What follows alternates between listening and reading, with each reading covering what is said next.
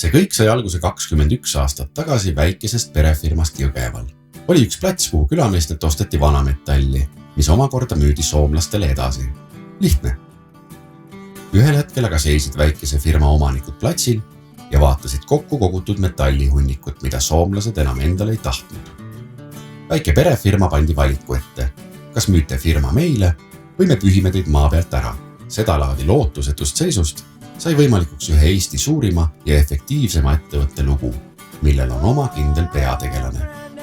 Meie peategelane oskab 6 võõrkeelt, on kliinilise psühholoogi haridusega, õppinud füüsikat ning juhib Eesti üht suurimat ettevõtet Kronimet Nordic. Tema nimi on Eeva. Nähes, et suures äris käivad võtted karmilt ja empaatiale kohta ei ole, otsustas Eeva soomlastele öelda kindla ei ja alustada firma päästemissiooniga. Uute koostööpartnerite otsingud olid pingelised, kuid viimaks saatis neid edu.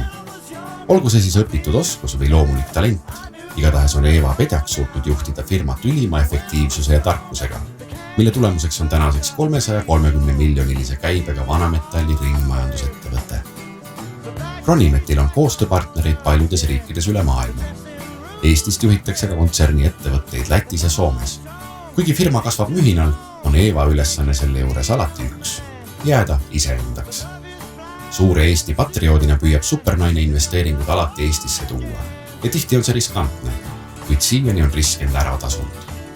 Eeva ütleb, et tal on elus tohutult vedanud ja seetõttu on ta otsustanud oma õnnega teistega jagada. Nii ongi Eeva enda perre võtnud ka 2 vahvat kasulast. Eeva on suure südamega naine, kes suudab ka kõige suurema rauahunniku pehmeks sulatada ja sellele uue elu anda.